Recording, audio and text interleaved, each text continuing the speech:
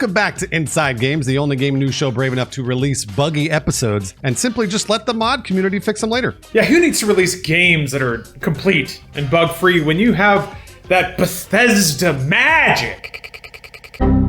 Oh, yeah, we're going to have the modders fix that one. Modders, could we get some stability patches and improvements on Lawrence, please?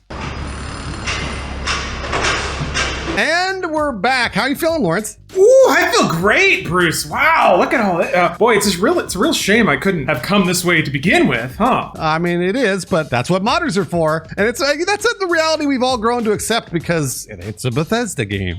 That's why we're all wondering about their upcoming open space action RPG Starfield. It's supposedly shipping with the next generation of the developer's creation engine, appropriately named Creation Engine 2. So will it be as outrageously busted as Bethesda's last release, Fallout 76? Or will the fact that it's been delayed, about a half of a year and releasing on fewer platforms in general mean that Starfield will ship tighter than an airlock? For that, we'll hear from our tightness correspondent, Charlotte Avery. Charlotte, is Starfield tighter than a drum? Let's just say that maybe Todd Howard should have saved some of that Botox for Starfield. Boom, roasted.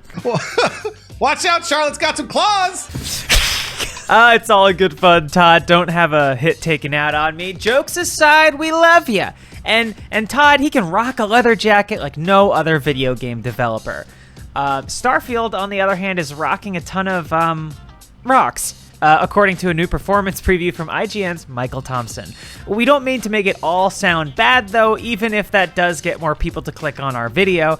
Thompson is very optimistic for Starfield, being an admitted lover of sci-fi games, but finds plenty of areas in which Starfield will hopefully improve before it launches in the first half of 2023. Thompson kicks off his technical appraisal by noticing the height fog and global illumination in Starfield's outdoor vistas, pointing out that both these techniques are returning from Fallout 76 to give landscapes a sense of scale and gravitas that make them so inviting to explore.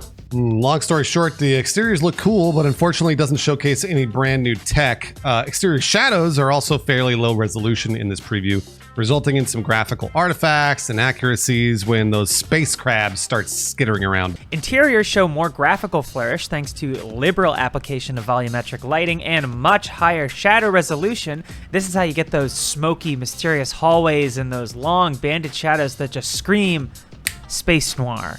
You can actually see the rendering shift from exterior to interior in the provided gameplay demo, which is pretty neat. But apparently the space noir is so smoky in the game's interiors that there aren't any reflections, not even screen space reflections. And despite high gloss on the floor, it appears the game uses cube mapped reflections to provide faster but less accurate reflections off of glossy surfaces. How am I supposed to melt my GPU now? And if the game doesn't even support screen space reflections, you can bet ray traced reflections are right out. We're gonna be in the 2050s before a Bethesda game supports ray tracing. Jeez. Thompson points out that the Creation Engine surely must support screen space reflections as they were used in Fallout 76. It's possible the preview footage simply didn't contain any footage of water or other reflective surfaces that would have shown this rendering technique. But again, even screen space reflections are a fairly dated graphical technique. Thompson suggests that Bethesda went this route to ensure the game could scale to low-end PCs, potentially even the last generation of Xbox Ones, even though those aren't listed as officially supported platforms. Yeah, and even if that were the case, they could have done what every other developer does and just make those advanced reflections a rendering option that can be disabled for older hardware. Either way, we're unlikely to see fancy ray trace reflections in Starfield, but Bethesda engines are rarely on the cutting edge of graphics, so that's not a huge surprise. Thompson finds improvements in Starfield's NPCs over Fallout 76, but again, that's mostly in artistic craft and resolution than in new rendering techniques. NPCs feature subsurface scattering like they did in 76, but have more face bones and show potential to be more expressive than before. Also, they're in the game at launch. But it's just potential for the moment, as Thompson admits a lot of the dialogue looks wooden. Welcome to Constellation. We have a lot to talk about. But admits there's plenty of time to iterate on NPC animations. Yeah, unfortunately, your character was stuck in space traffic while Todd Howard was handing out all the face bones because your avatar doesn't have very many of them. Thompson voices disappointment with the fidelity and appeal of the created characters, but also recognizes you're unlikely to see your player character much once you get going in the game, unless you're me, who play in all third person. That's all I ever do because they look so stupid. So. But maybe I don't know, maybe that's why they didn't add ray tracing. They didn't want you seeing your ugly face with all your low bones reflected in all kinds of surfaces. You put on that space helmet and you just see your gassy... It's like accidentally flipping on the front camera of your phone. Nobody wants that. So, yeah, we can understand the move. Who doesn't wake up in the mirror only to cry because they don't have enough face bone? Thank you, Todd, for saving us from the horror we live through every day. And hey, if you're a gamer suffering from a lack of face bones, just know you're not alone. Jellyface. Starfield's animations are similarly boneless, as Thompson praises how NPC movement animations blend between, let's say, standing and running, but finds the animation themselves kind of stiff and basic. Yeah, Havoc physics here make enemy ragdolls kind of bounce around really comically. And that's it's awesome. Who doesn't love a good gangly NPC? And that is kind of a benefit over older Bethesda games where the NPCs would just kind of slump to the ground. But when you combine that animation with basic combat AI, it makes all the enemies seem really video gamey. You know, pretty obviously single-digit IQ enemies that are just there to be shot and harvested for 5 XP and boring item drops that you're probably not going to pick up anyway because you don't want to get overloaded. Oh, give them to me. I want to hit them with a missile launcher over and over and watch their bodies explode. That sounds great. It's a similar story with the game universe in general. A lot of it's static. The only objects we see moving around are enemy ragdolls and super basic physics objects like generic boxes. Yeah, Thompson then makes the inevitable comparison to No Man's Sky when comparing how resources are mined. In No Man's Sky, the terrain actually deforms to represent your mining of resources, and in Starfield, resources are static deposits in unchanging world geometry that you zap until the number goes up. The author then suggests that deformable terrain would be an incredible immersive feature, potentially allowing you to set up rock slides or cave-ins with explosions that would make the act of exploring the galaxy a more transcendent experience than visiting your upteenth planet with unmoving terrain. The video then takes a look at space, about which there really isn't that much to say based on what we've seen. The greatest technical tragedy here is that Starfield will not have dynamic transitions between spaceflight and in-atmosphere gameplay. Yeah, everybody knows that, and I am still bummed about that. I would really like to see that. I mean, maybe they'll patch it in, or I'm sure modders will get it going, but yeah, we'll see. That whole thing was confirmed by Todd Howard himself in a June IGN interview where he said the development resources potentially spent on engineering that transition is, quote, really just not that important to the player. You don't know me, Todd.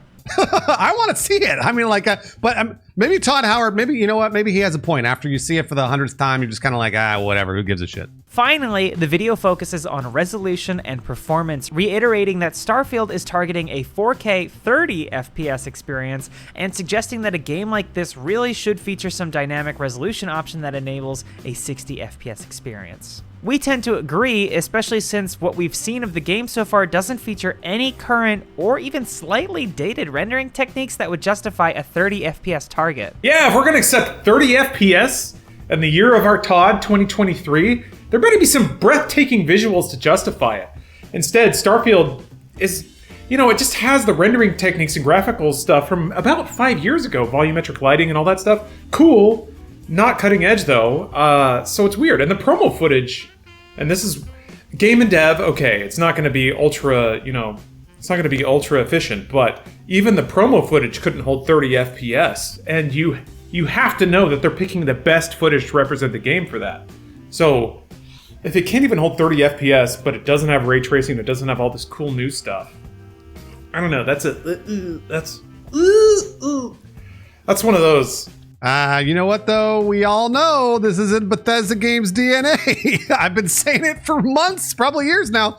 Release an open world game with a dated engine, dated graphics, but that special Bethesda je ne sais quoi somehow makes all the glitches, crashes, bugs more endearing than they are enraging. It really, truly is a thing that they have done and keep doing. So, as long as their NPCs are just like, there was something about Oblivion, especially, where all the NPCs were just like 5 IQ insects, and they just kind of buzzed around and did their own thing.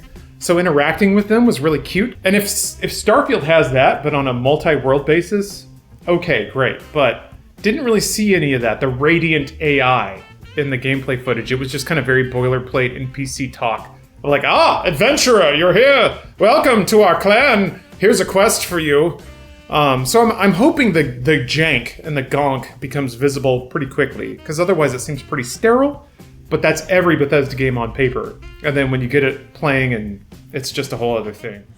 I don't know. I mean, as of yet, the whole like shipping a broken game thing doesn't seem as like, maybe it's just optics, but it doesn't ever seem as like malicious as like EA and the DICE games and stuff. It feels like more of like a, oh, you little scamp, you just couldn't get this together, could you? But you couldn't help yourself but from releasing it. Like, oh, okay, Bethesda, I'll give you a couple minutes. I'll come in when you're ready. It's like being woken up for school by your mom, and she's like, all right, I'll give you 5 more minutes, but then you got to go to the bus stop.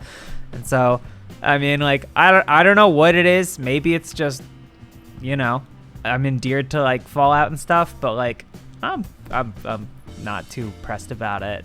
Yeah, me either. Bethesda just makes these games that are fun. They're fun to play, and this is something that I've been saying. I've played through New Vegas and Fallout 4 just recently, and I'd never played them before. And they are just fun to play, but they look so stupid. They're constantly crashing. The graphics never look good. But they are masters of their craft. Like Skyrim is an insane video game that shouldn't work in any capacity, and it does. It works on every level. Plus, modders make the game infinitely better.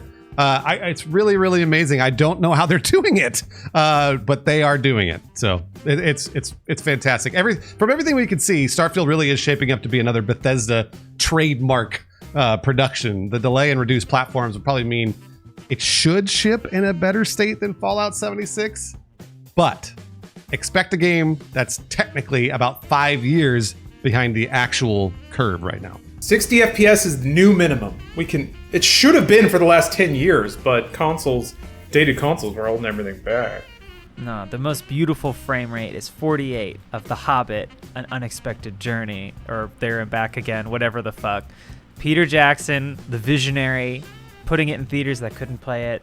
That's how you make a movie. Hey, speaking of visionaries, Charlotte, you got a new single dropping, right? It's already dropped, Bruce. As of today, Mom's Home, released a song called Head Down, and you can listen to it wherever you want to stream. If you want to support me directly, it's on my Bandcamp. You can also buy the rest of my music. It's momshome.bandcamp.com. It's a goddamn banger. Mondo Torres did the mix. Autumn Farrell on backup vocals. She nailed it. Or is it Green, I guess? Oops, wait. It doesn't matter. You can call her whatever you want. Autumn. Just stay away from my wife. We've got some patrons that would never release a buggy game ever. Yeah, they would. Brian Cosner, Kyle Heaton, Tony Varela, and James Bowser. Thank you very much for being our patrons. Bruce, I got a few patrons that are close personal friends of Todd Howard. They could text him whenever they want, but we would never ask that. But they could. That's it. The Creatures with Nerds Brews Gaming, Rook or Captain Coldblood, Christopher Glavin, and Crab Foam. Thank you very much, and thank you for being tasteful about your Howard connections. There's a fly in here.